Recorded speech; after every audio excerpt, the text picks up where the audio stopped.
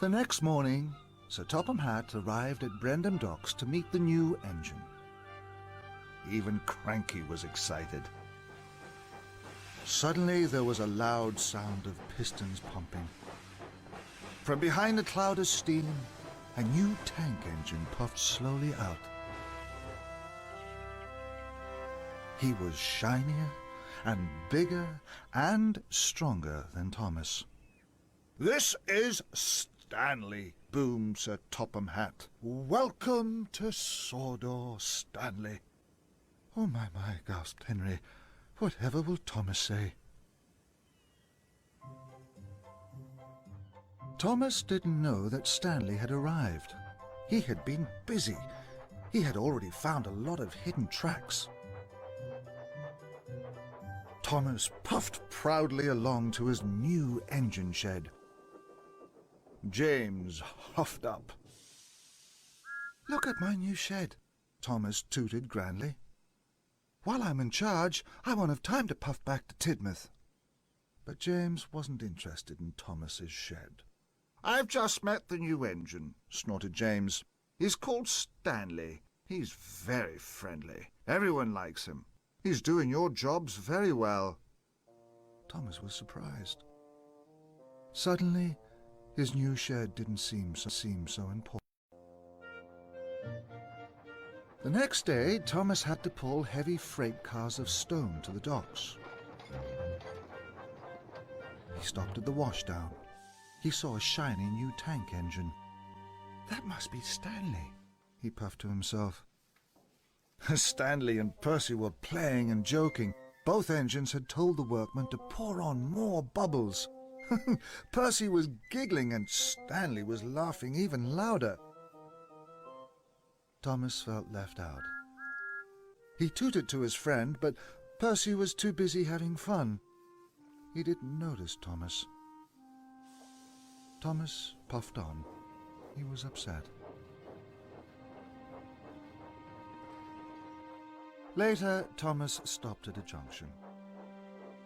Gordon was waiting. Suddenly, with a whoosh and a whistle, Stanley raced onto the main line with Annie and Clarabelle. They were having a wonderful time. They clattered straight past Thomas. "Stanley knows how to have fun," Gordon declared. Thomas watched Stanley disappear. He didn't think it was fun at all.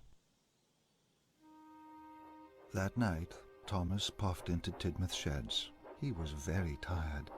Tonight, he wanted to be with his friends. "Cinders and ashes," he gasped. Stanley was in his berth. Stanley blew a high sound from his whistle. Then Gordon blew a low sound.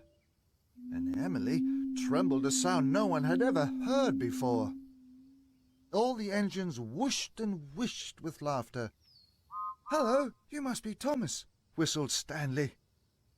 "Hello, Thomas," chuckled the other engines. But Thomas wasn't chuckling. He didn't like Stanley doing his jobs, or pulling his passenger cars, or being everyone's best friend. But laughing in his berth at Tidmouth Sheds was worst of all. I have to get back to Great Waterton, he huffed. "I have work to do." And he chuffed quickly away. Thomas wished Stanley had never come to Sodor. The next day, Thomas was extra busy. He wanted everyone to see he was better than Stanley. Thomas collected Jack. "I need you all to work harder than you've ever worked," he tooted to Jack. "Don't worry, Thomas. Alfie, Ned and Oliver are the best, and Monty and Max are dumping such heavy loads they're getting dizzy." Thomas smiled. He liked being in charge. Thomas wanted to show everyone he could do everything. Next, he was pulling some heavy freight cars.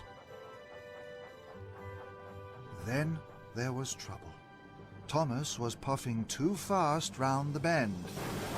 He toppled off the track. His load crashed down the bank. "Oh no," cried Thomas.